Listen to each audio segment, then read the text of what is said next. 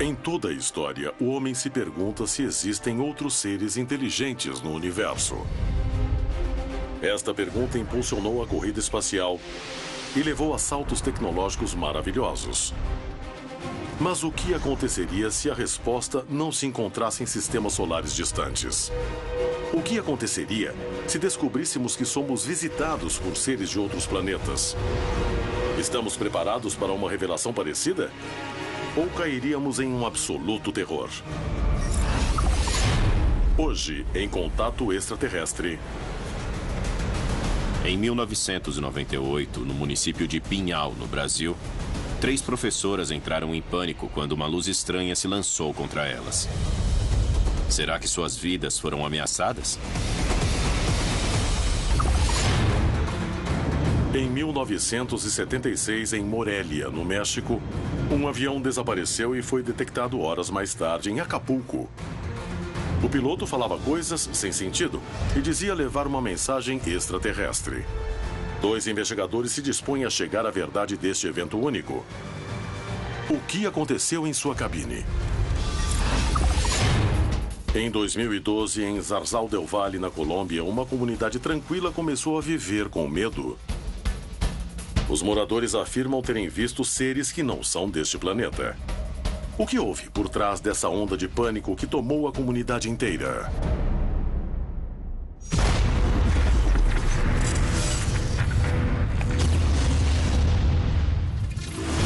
Contato Extraterrestre.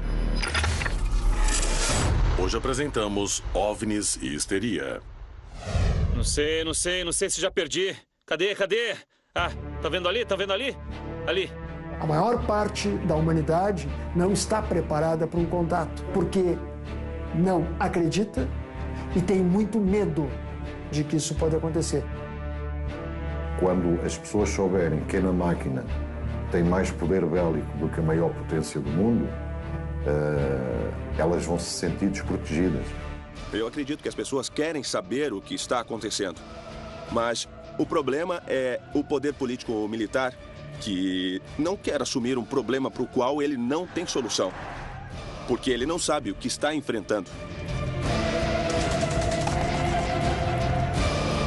Se os governos não admitem a existência dos OVNIs, eles têm duas vertentes. Ou eles querem para si essa tecnologia como forma de sobrepujar seus vizinhos, ou não querem se expor ao ridículo.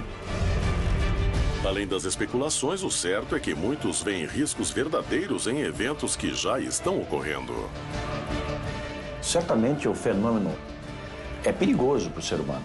Nós não sabemos que tipo de energia são usados na locomoção dessas naves. E essas energias podem nos afetar, causar danos. Como que uma população pode se sentir segura com um governo que não consegue tomar conta do seu espaço aéreo? Como que uma população pode se sentir segura se as autoridades não conseguem impedir que os campos de plantação sejam tomados, sejam feitos desenhos nessas plantações, os animais sejam mutilados, as pessoas sejam abduzidas? Estes fenômenos não são controlados e estão totalmente fora da possibilidade de controle por qualquer meio.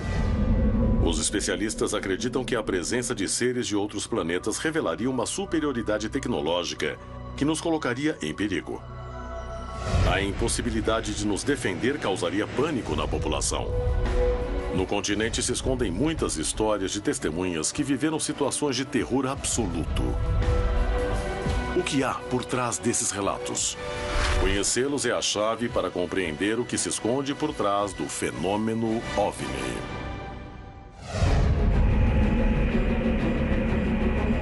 Em uma noite fria de 1998, no Rio Grande do Sul, 3 professoras da zona rural foram tomadas por um pânico cego quando uma luz estranha se lançou contra elas.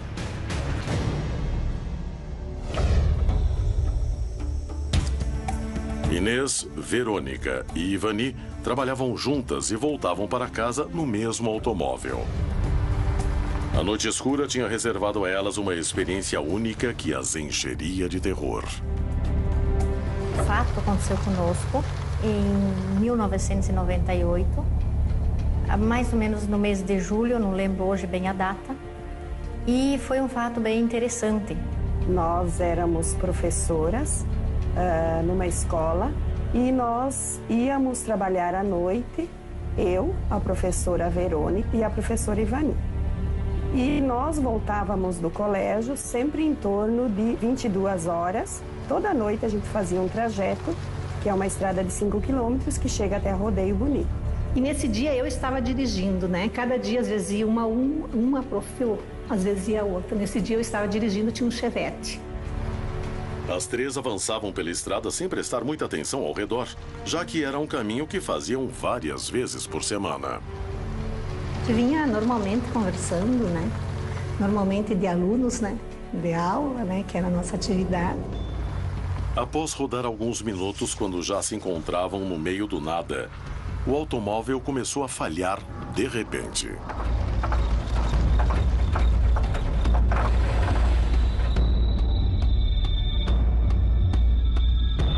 Eu senti o carro perder força. Parece que ele estava sendo travado, assim, parecia que tinha um ímã que puxava o carro, que não deixava ele andar. A professora Verônica havia dito que o carro tinha vindo da reforma fazia 8 dias.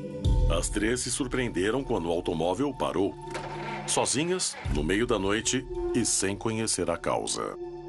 Não faziam ideia do que estava prestes a acontecer. Acabou de colocar que o carro estava muito bem, agora estava todo, né? E aí aconteceu esse fato e não entendemos o porquê que totalmente, perdeu. Ele parou assim de repente. Aí ele apagou, é uma estrada de interior. Eu, que não entendia de nada de carro, não era motorista na época, permaneci dentro do carro e a Inês e a Verônica desceram para ver o que estava acontecendo, né? Verônica e Inês começaram a examinar o motor do veículo para ver se encontravam alguma falha. Não tinha nada de problema, não foi falta de gasolina, não foi falta de nada. Ele simplesmente parou, né? Apenas o pisca foi a única coisa que ficou alerta, né? Ficou ligado. Não tínhamos nem lanterna, nenhum tipo de luz, não tínhamos celular na época, né? Consideraram que fosse uma falha mecânica e decidiram esperar alguém passar para ajudá-las. Mas a noite só estava começando e a falha do carro era o primeiro sinal de que algo estranho estava prestes a acontecer.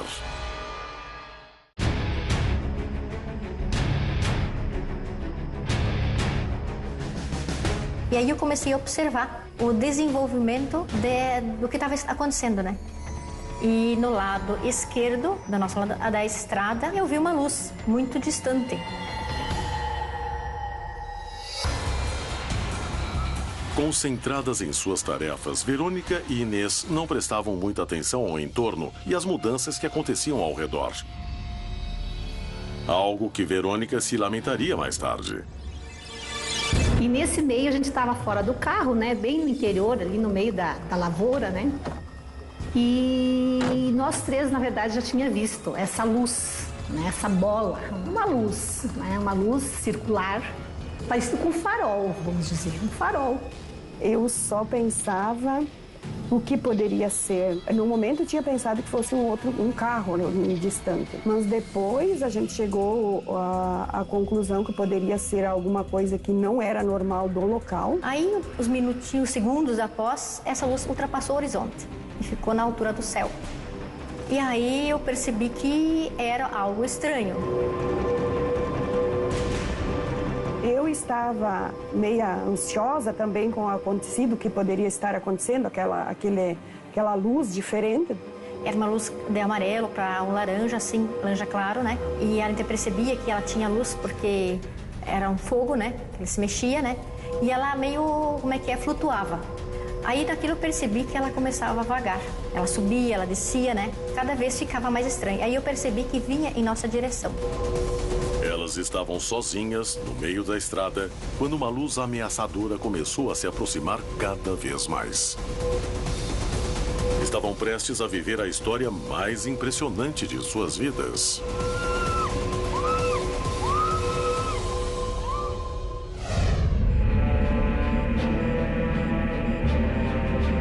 Na manhã de 21 de junho de 1976, um piloto iniciante decolou em Morelia e desapareceu dos radares.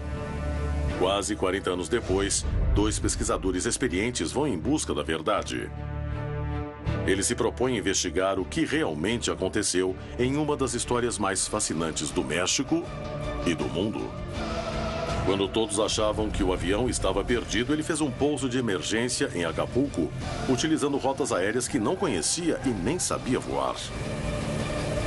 Em comunicação com a torre de controle, passou uma mensagem dizendo que suas cordas vocais estavam sendo controladas por seres de outro planeta. A parte exterior da aeronave contribuiu com mais mistério a esse relato. Seria um caso em que a mente pregou uma peça no homem? Ou realmente teve um contato de 4º grau? Acho que temos que dar continuidade ao caso de Pacheco Pérez. Sim. Poderíamos fazer uma investigação para saber se o avião ainda existe. E a gravação está aqui. Vamos escutar. Ouvir. Eu entendi. O piloto não está falando por ele mesmo. Está transmitindo uma mensagem. Vocês estão fazendo isso à distância, através do piloto, correto? Isso mesmo. Ele apenas está falando porque recebeu ordens para isso. Esta é a voz dele. Ele está falando, mas não faz por vontade própria. Nós o estamos utilizando como se fosse um microfone. Seus equipamentos são muito primitivos. Esta é a única maneira de transmitir a mensagem. E não é possível identificar a raça? Nós somos fisicamente iguais a vocês. E volto a repetir que todas as raças do universo são fisicamente iguais, a não ser por algumas exceções, quando existem algumas mutações extraordinárias, mas isso é muito, muito raro. O controlador disse que também falaram em alemão e inglês para ver se o piloto não estava fazendo alguma brincadeira. Podíamos nos concentrar em buscar esses 3 primeiros dados. 1, ver se o avião existe. 2, os controladores.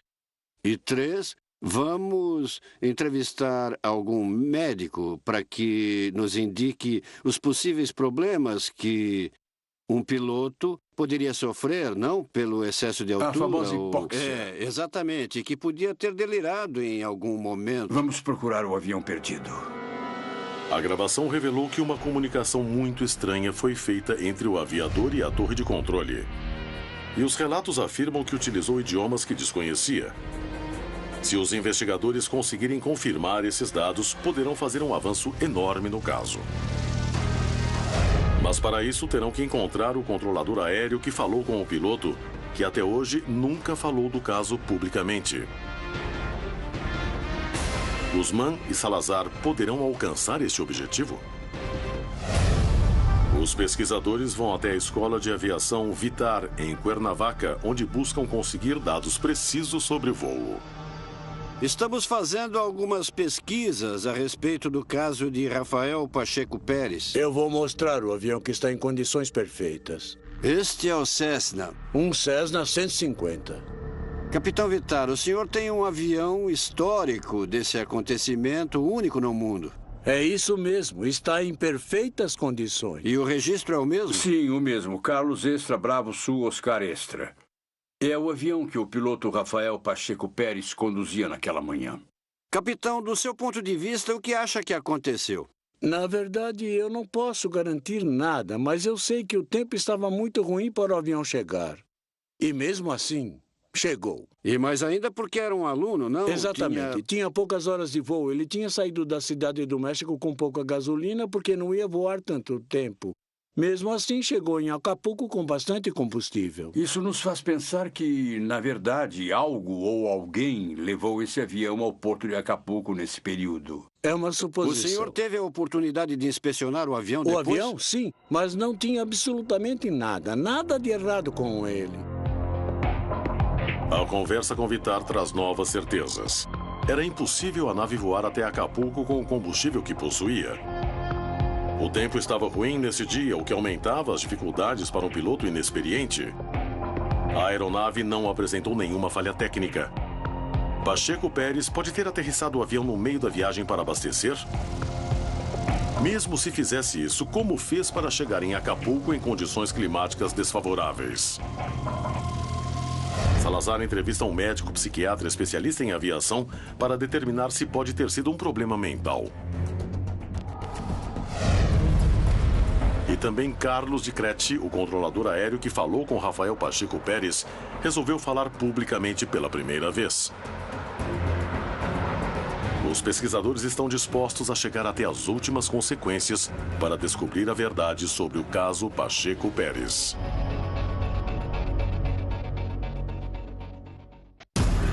No município de Pinhal, no Brasil, 3 professoras aguardam ajuda em uma estrada deserta quando uma luz começa a se aproximar de forma ameaçadora.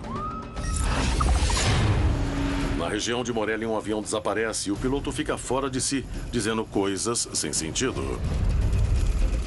2 pesquisadores se dispõem a chegar à verdade e tentam conseguir o testemunho exclusivo do controlador aéreo que falou com o piloto.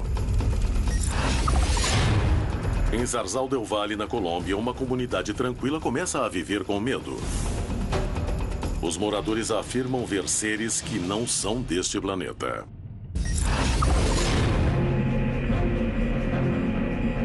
Inês, Verônica e Ivani trabalhavam juntas e voltavam para casa no mesmo automóvel.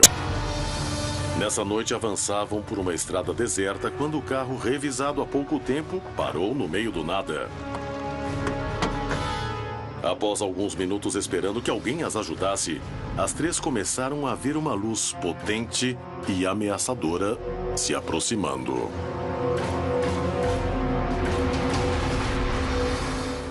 O tamanho dessa luz foi aumentando. E se aproximava nesse movimento serpentino, não um movimento reto. Mas ela estava lá no horizonte, né? Do tamanho, assim como a gente consegue visualizar o sol. Só que os raios eram tão fortes que a gente não conseguia olhar fixo nessa bola.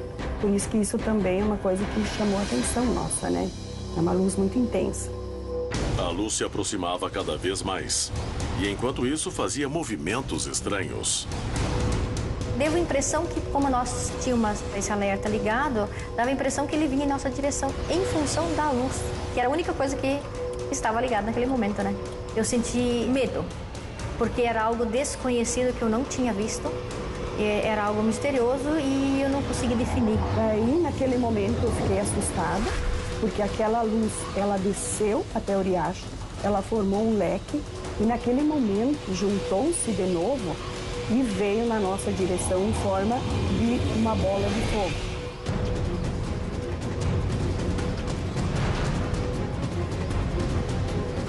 Tive a impressão que esse objeto se chocaria com o carro. Eu tentei avisar, só que eu não consegui falar. Em função do choque que eu vi quando aquilo veio muito rápido em nossa direção, eu tentei falar para elas, mas eu não conseguia. Eu corri para dentro do carro e tive muito medo. Ela entrou muito rápido no carro, a Inês também.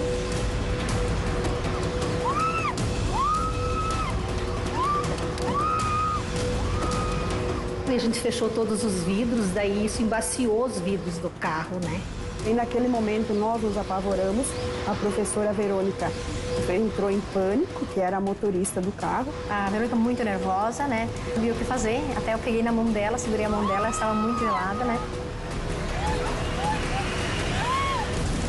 A luz se aproximava cada vez mais depressa delas. Nessa velocidade, faltava pouco para alcançá-las. Ela agarrou-se ao volante do carro, né? E ela debruçou-se sobre o volante e chorava muito naquele momento. Eu relaxei para baixo do banco e não olhei mais, sabe? Não quis mais saber. Verônica resolveu ignorar o que acontecia fora do carro. Mas o estranho objeto se aproximava cada vez mais perigosamente delas. Essa luz chegou mais ou menos de 5 a 10 metros perto da cerca onde nós estávamos. Ela chegou a iluminar dentro, né? Mas como o carro estava muito embaçado, o vidro, né? A gente não conseguia visualizar dentro do carro, mas chegou a iluminar, sim. E naquele momento, eu só dizia para a professora Verônica, desliga os alertas do carro. Inês e Ivani acreditavam que o objeto se aproximava por causa do pisca-alerta do carro, que continuava aceso. E pediam para que Verônica reagisse para desligar antes que fosse tarde demais. Os Os gritos a fizeram reagir, mas só conseguiram ver algo ainda mais estranho. E aí, como foi desligado o alerta e ficamos totalmente no escuro, aí aquela luz estacionou um pouco no ar, como se estivesse tomando uma decisão, sei lá, o rumo que tomaria. E aí ela seguiu paralelamente à cerca, nesse potreiro, né? E aí ela foi subindo e sumiu. Quando a luz se foi, nós três ficamos dentro do carro, não saímos mais do carro. Foi um período longo para nós, a gente sentiu assim um período de angústia, de medo, por estarmos sozinhas, né? Numa estrada praticamente deserta, então a gente ficou bastante preocupadas, né? Com o que poderia acontecer. E também a incerteza se aquilo realmente tinha ido embora ou voltaria. Foi infinito o tempo. Não vou saber te precisar, mas foi assim, foi até vir o socorro. Que a luz desapareceu, a ajuda mecânica chegou.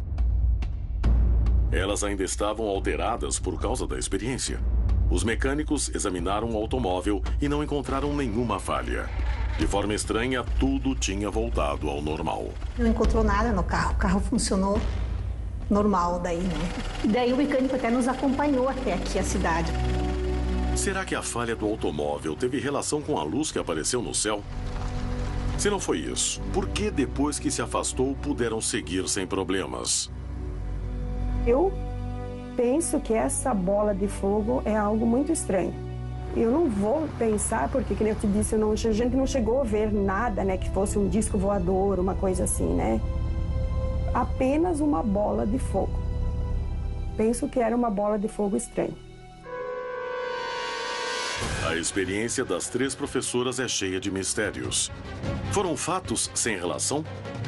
Ou algo mais aconteceu esta noite? Se foi um fenômeno natural, qual foi a relação com a falha do automóvel? Por que a luz sumiu quando desligaram o pisca-alerta?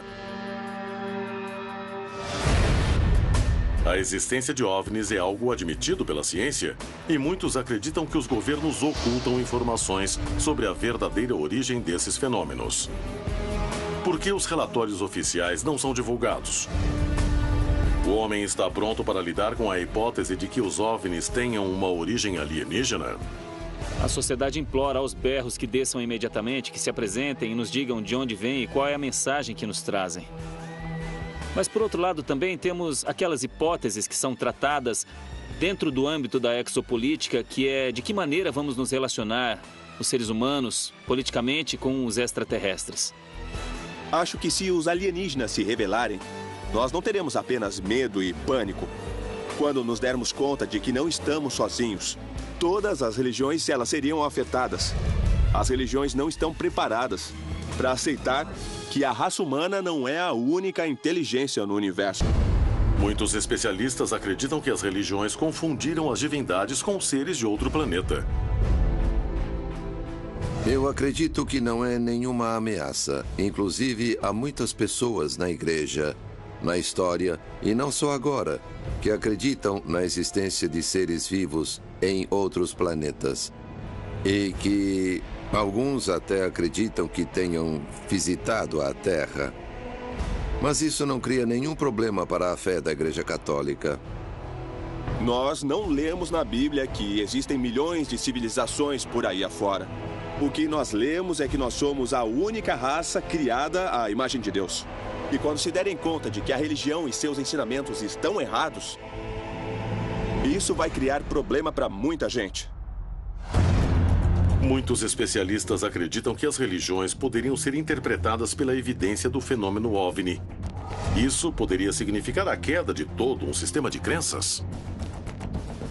As antigas culturas e todas as religiões nos falam de anjos, de muitos deuses. Na América do Sul falam a respeito de deuses que em algum momento chegaram das estrelas de algum lugar do universo. Se envolveram com os seres humanos e uma hora disseram: senhores, vamos embora, já ensinamos tudo o que precisávamos e agora vamos voltar para o nosso lugar de origem. Mas prometeram voltar um dia. O que será que vai acontecer se, por acaso, esses deuses famosos voltarem?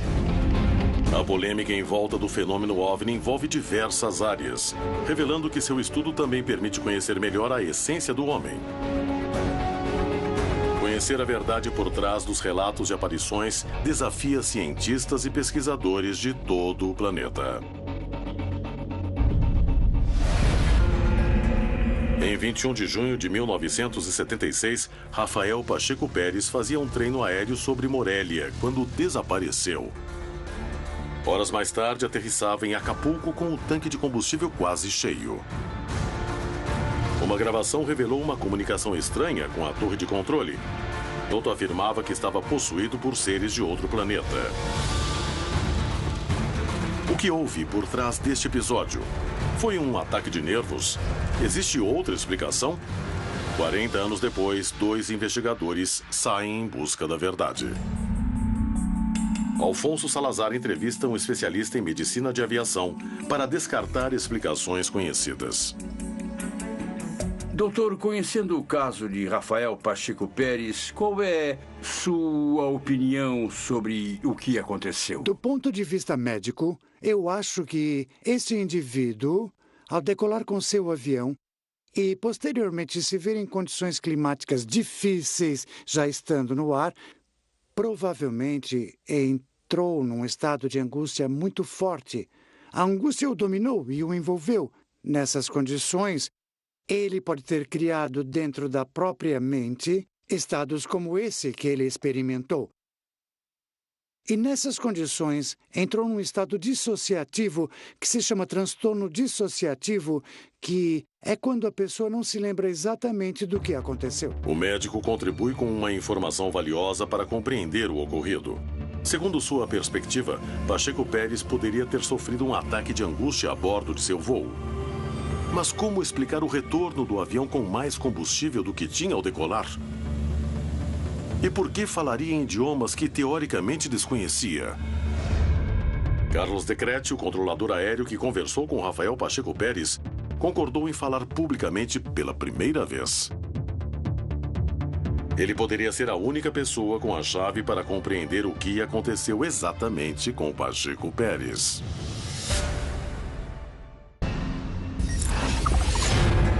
Carlos Guzmán e Alfonso Salazar investigam o caso do piloto Pacheco Pérez, que voava sobre Morelia e apareceu horas depois do outro lado das montanhas, em Acapulco. Já comprovaram que o piloto não tinha experiência para realizar o voo e que o avião não tinha combustível suficiente para completar o trajeto. Eles estão dispostos a chegar até as últimas consequências para descobrir a verdade sobre um dos casos mais surpreendentes do México.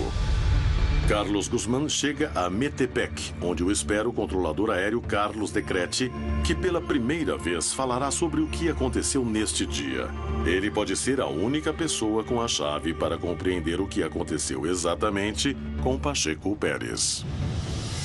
Como foi que o senhor recebeu a chamada de socorro deste jovem? Eu estava em meu turno de trabalho normal na torre de controle de Acapulco. E entrou a chamada na frequência da torre de controle. Mandei prosseguir e dizer a posição. Ele disse: o piloto está voando em um estado hipnótico. Nós estamos utilizando suas cordas vocais para falar com vocês. Era uma voz completamente metálica, em uma linguagem normal, mas com um tipo de voz disfarçada, mas metálica. Ele me disse: somos extraterrestres. E eu respondi: como é que vocês conseguem falar na minha língua assim? Ele me disse: nós podemos falar no idioma deste mundo ou de qualquer mundo. Daí falei em alemão e ele me respondeu num inglês perfeito. Em pouco tempo já estavam comigo na torre o inspetor de aviação civil e o próprio comandante do aeroporto, assustadíssimos. E daí a comunicação foi cortada e se restabeleceu quase de imediato, já com a voz do piloto, que começou a gritar: sou 82 da Escola do México. E disse: estou vendo o meu relógio, são 11h30 da manhã. Eu decolei às 8h15 da cidade do México. Passaram-se 2 ou 3 horas e estou vendo que estou voando sobre o mar. Não sei onde estou nem como cheguei aqui. Me dê instruções para pousar. E pedi para me dizer a posição dele, porque não via, não sabia onde estava, não havia radar, e me disse: olha, eu estou quase entrando em terra firme. O que vê? Já vejo a sua pista. E falei então: vou bloquear o aeroporto. Ninguém sai nem entra para que você possa fazer um pouso de emergência. O piloto finalmente aterrissou bem. E é claro que assim que pousou, muita gente foi até lá e foram até o avião e olharam, tiraram fotos, fizeram anotações e viram que Pacheco Pérez não estava bêbado, não estava drogado, estava fisicamente bem, apenas muito nervoso. E houve outro fato realmente importante e espantoso. Um mecânico da Aeroméxico veio, mandaram chamá-lo para que, como especialista nisso, como mecânico, verificasse o combustível do avião. E daí perceberam que o avião não tinha gastado o combustível. O avião voou umas 3 horas com um piloto que não sabia navegar, com um avião que, em teoria, não tinha autonomia para chegar em Acapulco, muito menos não tinha os instrumentos adequados. Sem radar, sem transponder. Nada disso. Mas o mais espantoso foi que não gastou combustível. Quando falaram com o piloto, eu pedi para alguém perguntar alguma coisa a ele em inglês e ele disse: desculpa, mas eu não falo nada de inglês. Só falo o nosso idioma. Em seu depoimento, disse que, quando tentou usar o rádio, não tinha comunicação. Tentou virar para um lado e outro, e o avião não foi para cima, para baixo e nem para os lados. Ele se assustou. E até onde se lembrava, o avião começou a voar para cima, para trás e para cima, como se estivesse sendo levado. Foi puxado? Foi puxado de alguma forma. Lembrava até aí, então perdeu a consciência e acordou 3 horas depois em Acapulco enquanto falava comigo. Aconteceu algo fora do normal, completamente paranormal. E continuo acreditando que existem coisas estranhas no cosmos, no universo. Muito obrigado. Salazar e Guzmán conseguiram provar que a conversa com a torre de controle realmente existiu. Que o piloto voava em um estado de confusão. E a medicina acredita que isso poderia ter causado um ataque de angústia. No entanto, essa hipótese não consegue explicar como chegou ao destino se o combustível não era suficiente. Além do mais, Pacheco Pérez não era capacitado para isso. Por outro lado, como explicar que o piloto compreendeu e falou idiomas que não conhecia? Será que Pacheco Pérez ficou sob a influência de seres de outro planeta? Há centenas de casos no continente em que o medo toma conta de vilarejos inteiros quando surgem objetos ou seres que não parecem desse mundo.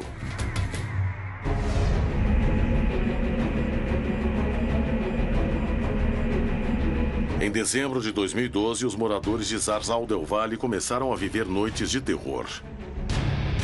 Segundo eles, se depararam com seres muito ágeis e que não eram desse planeta.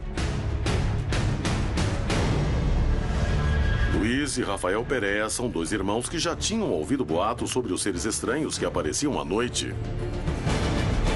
Mas nenhum deles achava que iria caçar a criatura. No dia 27 de dezembro, eu estava na minha casa, que fica bem perto daqui, quando meu irmão me falou: olha, eu estou ouvindo uns barulhos estranhos em casa. E daí eu falei para ele: eu vou dar uma passada aí à noite para ver o que é. Rafael resolveu investigar o que era esse barulho e se tinha alguma relação com os boatos que tinha escutado. Ingenuamente, ele foi até a casa pensando que se tratava de algum mal-entendido. Enquanto Rafael caminhava fora da casa, do lado de dentro, seu irmão Luiz seria o primeiro a encontrar algo incrível. Eu estava dentro de casa quando eu vi o cachorro latir. Então eu fui e abri a janela. Os latidos dos cachorros fizeram Rafael pensar que estava acontecendo alguma coisa. Ele decidiu entrar correndo na casa para ver se eles não estavam em perigo. Os cachorros latiram e eu entrei. Subi e vi uma figura de preto, alta, com músculos, pernas grandes.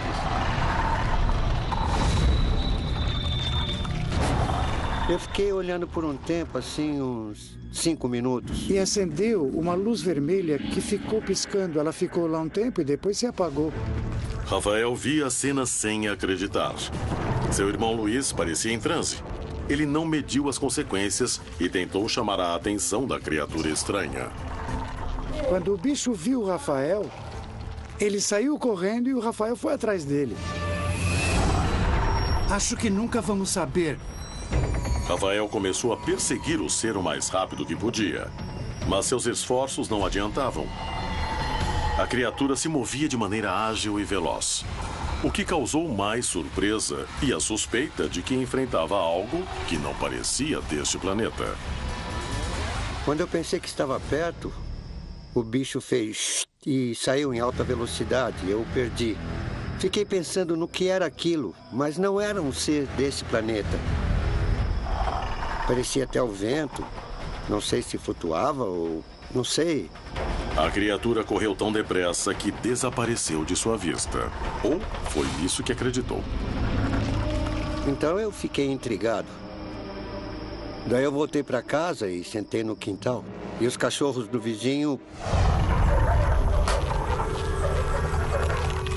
Será que estava lá?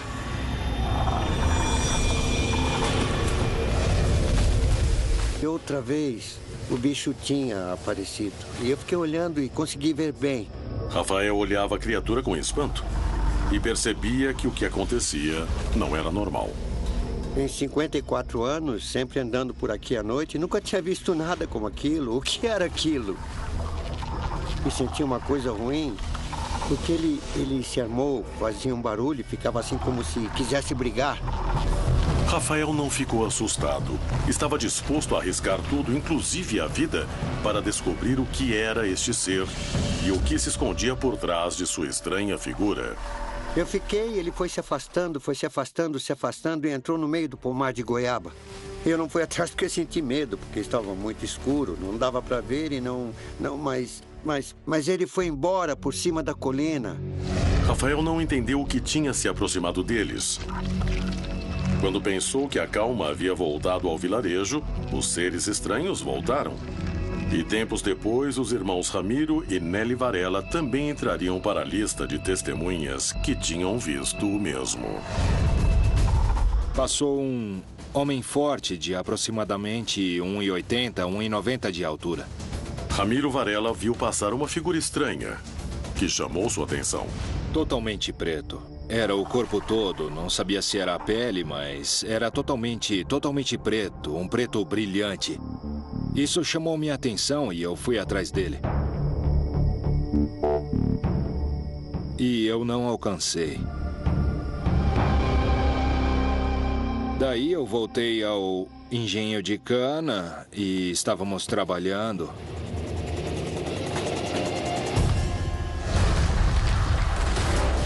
Dez minutos depois, ele apareceu atrás do mato. Nunca tínhamos visto um caso assim. Nem uma criatura como essa, tão estranha. Nem Nelly, nem Ramiro faziam ideia do que estavam prestes a testemunhar.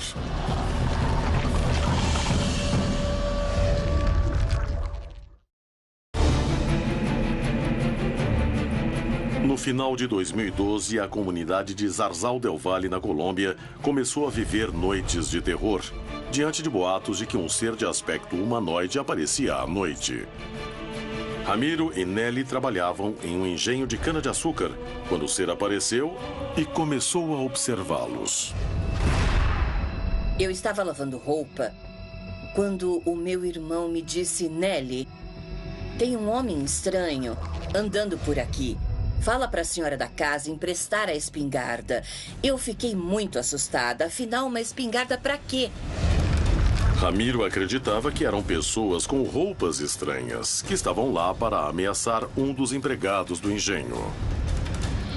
Quando ele falou espingarda, fiquei com medo, porque pensei que fosse haver uma desgraça.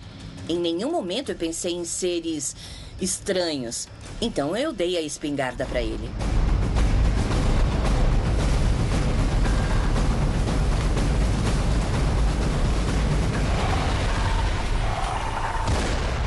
Eu dei um tiro. E na mesma hora ele saiu correndo, mas eu não mirei para acertar. Foi só para assustar, para ver a reação que ele ia ter. Mas a única coisa que o bicho fez foi... como se quisesse me pegar. O ser continuou correndo pelo lugar, se projetando muitos metros a cada salto. E quando me dei conta de que aquilo que acontecia era uma coisa fora do normal, claro que eu senti medo também. O ser se aproximava cada vez mais e todos que estavam presentes notavam que o que viam não parecia uma criatura deste planeta, o que aumentava o temor. Na hora de correr, de saltar, fazia com uma agilidade impressionante. Não ouvia o barulho quando caía, mas sentia a vibração como se movesse a terra. Ele começou a correr pela estrada, mas com uma velocidade muito grande. E todos sentimos um temor, um medo mesmo. E nessa época, nos trancávamos 6:30 da tarde. Não queríamos mais sair e o que precisava ser feito era feito bem depressa, porque tínhamos medo de sair de casa. Finalmente saiu de lá tão rapidamente como havia chegado. No entanto, os moradores de Zarzal del Valle ainda têm dúvidas. O que viram? Era mesmo um ser de outro planeta? Não foi um erro de interpretação? Tantos moradores poderiam cometer o mesmo erro? Você muda o jeito de pensar, fica com aquilo na cabeça e você pensa... O que será? Será que é desse planeta? O que chama muito a atenção é por que aqui? O que tem nesse lugar de especial? São seres de outro mundo, de outro planeta. Os acontecimentos de Zarzal del Valle mostram que o desejo por conhecer o que se esconde por trás dos incidentes com OVNIs permanece intacto. Mas estamos prontos para conhecer a verdade? O que aconteceria se descobríssemos que por trás deles se esconde a presença de seres de outros planetas? Entraríamos em pânico e histeria? As histórias sobre o fenômeno OVNI talvez sejam os relatos mais fascinantes da era moderna. Conhecer a origem deste mistério poderia revelar se o homem divide o universo com outras criaturas inteligentes. No entanto, os especialistas acreditam que esta incógnita já possui resposta, só que ainda não foi revelada. O que há por trás dessas suspeitas? O que poderia motivar um silêncio como esse? Nós, ufólogos, sabemos que esse fenômeno ele não é maléfico. Não chega ao ponto de ser maléfico, ao ponto de ameaçar a população ou que tipo de confusão social. Nós não acreditamos nisso. Fico mais preocupado com o que nós faríamos e não com o que eles fariam. A partir do momento que a população toma informação do que é o fenômeno, ela passa a entendê-lo e dessa forma ela passa a temer menos do que supõem os militares. E o que os governos demonstram ao encobrir o fenômeno OVNI é que, acima de qualquer coisa, eles têm medo. E não apenas do fenômeno. Se possuem interesse em nós como espécie e em nosso planeta por causa da água e dos recursos, por que viriam nos destruir? Isso é completamente oposto ao que poderíamos esperar de uma entidade inteligente e com meios. Não faria sentido virem nos destruir. Existe o medo da perda do controle, das carreiras políticas, do jogo financeiro, a perda de, essencialmente, ditar o que nós acreditamos ou não. As testemunhas de histórias que não possuem explicação se repetem pelo planeta todo. A ciência tem interesse em revelar os mistérios do universo.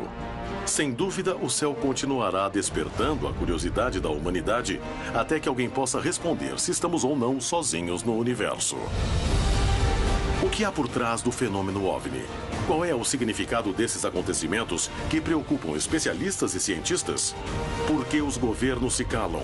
A verdade parece estar cada vez mais perto e é o momento de ir atrás dela.